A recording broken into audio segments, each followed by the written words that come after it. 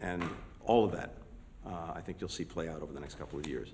At the same time, I just want to note that on the passport side, giving the American people that little blue book, that's their ticket to the world, there again, record numbers of passports issued.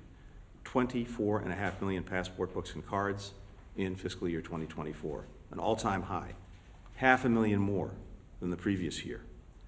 And even with this record-breaking number of passports, wait times are also going down, now just 4 to 6 weeks. In September, we rolled out for the first time our online passport renewal program. So now, most Americans who need to renew their passports can do it right from their homes, online, just uploading a photograph, sending it in.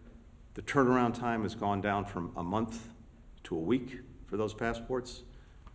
We're modernizing, we're making sure that we're delivering for the American people. Already, more than 1 million Americans have taken advantage of online passport renewal. All of this work is being done by an extraordinary team here at the department, our consular team. And as I said before, we had really challenging times during COVID, but the work that the consular team has done has been extraordinary in not only building back, but getting us to the best place we've ever been in issuing visas and issuing passports. And what we know is this is a matter for real people, real lives, enabling families to get together, enabling businesses to work together, enabling investors to do the work that's helping to grow our economies around the world, and bringing people together for the most joyous things that unite us: sports, arts, culture, science and technology.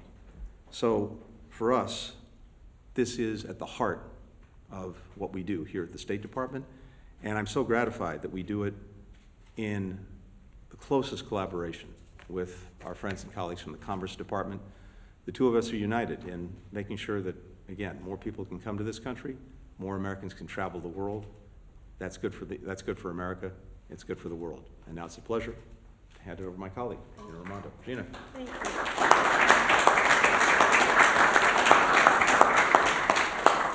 Thank you. Good morning. It is a great pleasure for me to be here with Secretary Blinken, who is my colleague, my friend, and I think doing an extraordinary job serving this country all over the world. So thank you for hosting us this morning. Of course, everything that the Secretary said is true, but it's also true that what we're announcing here today will create a lot of jobs in this country. Travel and tourism isn't just fun, and it isn't just, meaningful, as you said. It's real business. It is real economic activity sustaining millions of good-paying jobs in this country. And as the Secretary said, COVID was a crushing time. It was a crushing time for our economy. It was an especially crushing time for the travel and tourism industry. And it was painful to see how many Americans were put out of work because of COVID. And so what we are doing today is making it easier to travel to this country, which will be a real shot in the arm for the travel and tourism industry.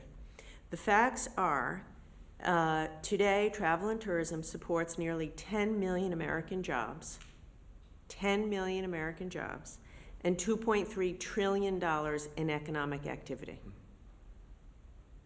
Last year, visitation was 66 million people, as the Secretary said, up from 50 million the year before. By next year, we're projecting that the industry will be fully recovered from COVID, and we're on track to see 90 million visitors by 2026.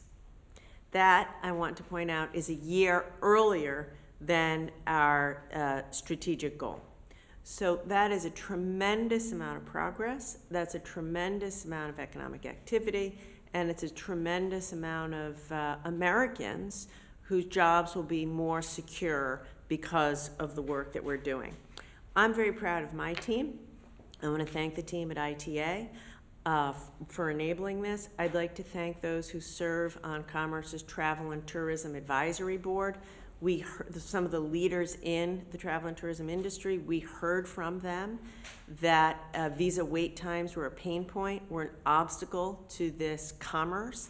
And that's why we got together with the State Department to make sure that it would be easier, faster, more streamlined to get your visas and come to the United States.